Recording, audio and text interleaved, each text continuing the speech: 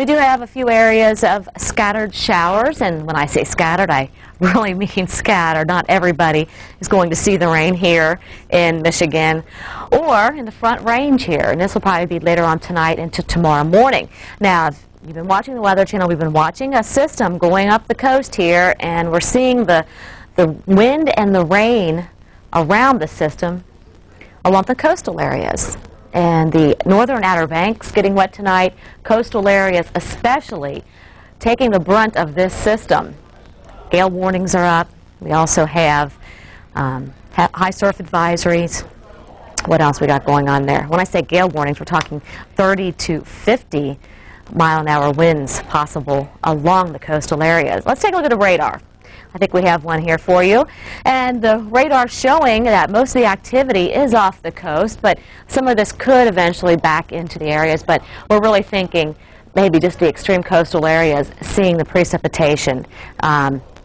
Even farther south, we do have some of that rain along the Outer Banks. But again, it has been very light.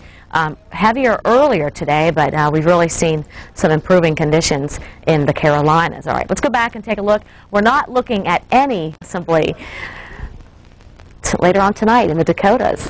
And blowing snow just meaning maybe some flurries, but the winds are going to be gusting maybe up to 30 to 40 miles per hour behind our front. So we're going to have to, again, watch out for the blowing snow. Maybe reducing visibilities a little bit for you. And along the coastal areas, gusts to 60 miles per hour, especially around Cape Cod and some of the islands out there east of Boston and southeast of Boston. Again, the radar composite showing us the activity off the coast, improving conditions in the Carolinas, and we do have a few scattered showers around Alpena. In the nation, a look at your Monday forecast. Here's Kim Perez. Thanks, Warren. Well, aside from the East Coast storm, parts of the Great Lakes felt rain, but overall, most of the nation enjoyed a pleasant autumn day.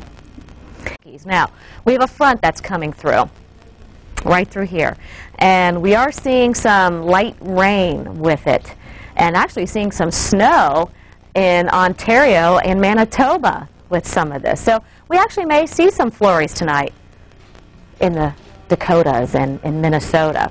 So here's the front again. Again, has already cleared Wisconsin, very close to Chicago. So those of you who ran this morning probably had a good run for the marathon. We are seeing the showers now, very light in nature, coming through Saginaw. Eventually Detroit might see a sprinkle, and Alpena and Traverse City, even a few scattered showers around Marquette. Again, the key word here is very light. The biggest threat with this front is going to be the wind and maybe some cooler weather coming with it. Already in the 30s, International Falls, Minneapolis in the 40s, and we are we are very different than yesterday, that's for sure. Temperature is 14 degrees different this time than it was yesterday in Minneapolis, and 23 up at International Falls. So we're going to bring that cooler air in tonight. We have frost advisories out for folks in Omaha and Grand Island, even in parts of the UP of Michigan.